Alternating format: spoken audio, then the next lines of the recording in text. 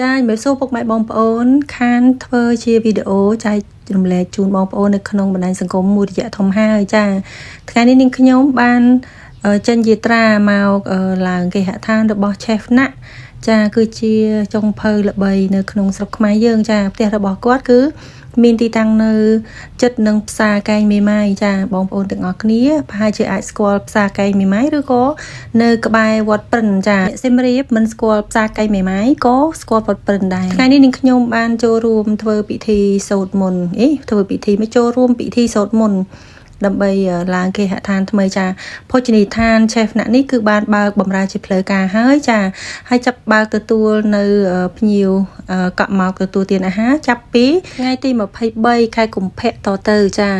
នៅក្នុងគេហដ្ឋានឬក៏យើងហៅថាភោជនីយដ្ឋានរំដាប់របស់ Chef ណាក់នេះគឺមានតាំងលម្អដូចជាគ្រឿងក្រៅសម្រាប់ធ្វើអាហារព្រមទាំងស្រាថ្នាំដែលជាប្រភេទស្រារបស់ខ្មែរយើងនាសម័យកាលពីមុន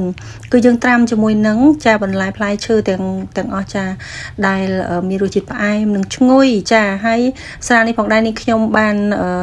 ទទួលទាន 4-5 កញ្ចយចាមានអារម្មណ៍ថាឆ្ងាញ់ខ្លាំងណាស់ចាថ្ងៃនេះចាគឺជាពិធីសូត្រមន្តទាំងមូលចានេះគឺជាទីតាំងដែលយើងបានរៀបចំដើម្បីទទួលនៅលោកសង្ឃនិមន្តមកដើម្បីធ្វើការសូត្រធម៌ចាអញ្ចឹងនាងខ្ញុំមុននឹងដល់ទៅវគ្គសូត្រមន្តនាងខ្ញុំបង្ហាញអំពីការតុបតែងចានេះគឺកូនពៅអ្នកថតចាគឺរៀងរីករួមរៀងមើលទៅចង់វល់មុខដែរចាប៉ុន្តែដល់ហើយដល់ពេលកូនកាន់ទូរស័ព្ទថតមានន័យថាគាត់ចូលចិត្តវិស័យថតហ្នឹងអញ្ចឹងទុកឲ្យគាត់ជាអ្នកសម្រេចទៅតែគាត់ចង់ថតរបៀបមកចានេះគឺជាទីតាំងចាផ្ទះស្អាតមើលថតចុងឈើផងថតទីតាំងកន្លែងអង្គុយផងរៀងរីកផងរួមផងហើយទាញឆ្វេងស្ដាំនេះខ្ញុំក៏ចង់វិលមកដែរពេលបញ្ចូលសលេងមួយនេះចាហើយនេះគឺជាដើមឈើចាដើមឈើនេះគឺមានអាយុកាលវែងយូរហើយចាគេហៅថាដើម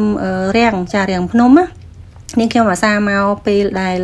Chef គាត់អញ្ជើញមកសៀមរាបម្ដងចាគឺធ្វើ barbecue នៅក្រោមដើមនេះហើយចានេះគឺជាទស្សនវិជ្ជានៅពេលដែលសូត្រមន្តចាគឺប្រោះព្រំដើម្បីឲ្យសិរីសួស្តីកើតមានឡើងទៅដល់ម្ចាស់ផ្ទះចាម្ចាស់គេហដ្ឋានថ្មីថ្មោងនេះចានឹងសូមឲ្យមានសិរីសួស្តីសម្រាប់ភោជនីយដ្ឋានទាំងមូលរបស់គាត់ចាអញ្ចឹងបន្ទាប់ពីពិធីនេះទៅគឺមានពិធីចាទទួលទានអាហារពេលល្ងាចចាសែបគាត់ភ័យខ្លាចតែអ្នកមកចូលរួមហ្នឹងបរិភោគអាហារច្រើនប៉ុន្តែការី2ឆ្នាំងបងប្អូនហើយគ្មានអស់ទេចាពិតជាឆ្ងាញ់មែនហើយនេះបងប្អូនមើលទស្សនវិជ្ជាទាំងស្រុងនៅក្នុងផ្ទះបាយ Chef ណាក់ចានៅទីតាំងកន្លែងនេះចាបន្ទាប់ពីពិធីសូត្រមន្តបានកន្លងផុតទៅចាពិធីហូបចាមកហូបអាហារក៏បានវិលខ្ញាល់ម្ដងហើយពេលនេះចាឆែបកំពុងតែឈរចាំភ្លក់ចាយើងនិយាយបានថាគ្រប់គ្រងរសជាតិនៃការធ្វើម្ហូបរបស់ចុងភៅរបស់គាត់ទាំងឡាយចានេះគឺជា buffet ហើយនេះគឺបងប្អូននេះគឺសាឡការីខ្សែភ័យខ្លាចតែភ្ញៀវហូបមិនគ្រាន់សាឡការី2ឆ្នាំងម្នាយនៅសល់មួយឆ្នាំងទៀតណចានេះមើលកូនកំឡោះសង្ហានេះកំពុងតែទទួលទាននេះខ្ញុំថតគឺលងកន្លែងទៅនេះអត់បាននេះគឺវិលទៅវិលមកដោយសារវាស្អាតពេកបងប្អូនដែលចូលចិត្តចំអិនមិនដឹង